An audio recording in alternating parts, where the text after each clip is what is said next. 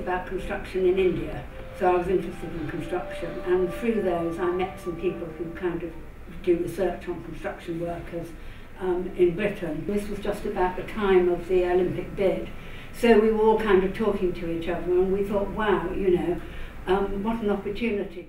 A project like this, where a lot of it relies on interviews and outside material, how much creative content does the directing go into it? On a documentary like this, the director is like an overall designer, not like a fiction where you're choosing the exact frame. Yeah. Or even, not necessarily, directors don't even necessarily do that in a fiction. You know, you have a relationship with the director of photography, and it depends what you care about, even with fiction, how much you fiddle about the details of the individual shot.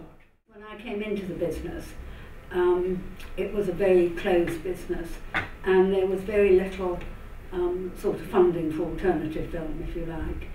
And that got better mainly because of a very vigorous campaign. There was a terrific thirst to make alternative film. To my mind, setting up the UK Film Council in '97, it killed off sort of alternative film. It put all the money in that, you know, let's subsidise the Americans and have big budget pictures.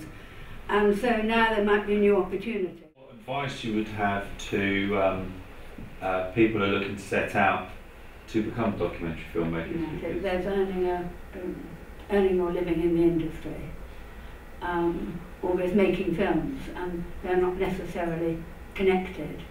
I mean, if you want, in the near future, if there are particular things you want to make films about, you have a vision, then the best thing to do, in my view, is to get any sort of job which pays well, and do it in your spare time. In terms of getting work in the industry, I mean, you have to decide what kind of work, really, because you're obviously nobody is employed initially as a director. You get employed in a technical grade. If you take an unpaid internship, make sure that it's a respectable company and that they have a programme of training.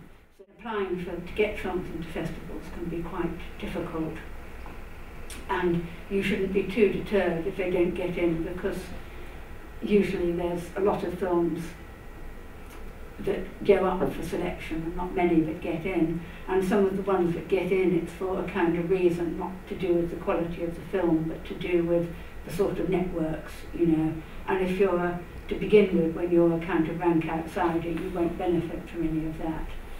But that said, it's particularly shorts, and shorts by new directors, there's much more sort of space for them.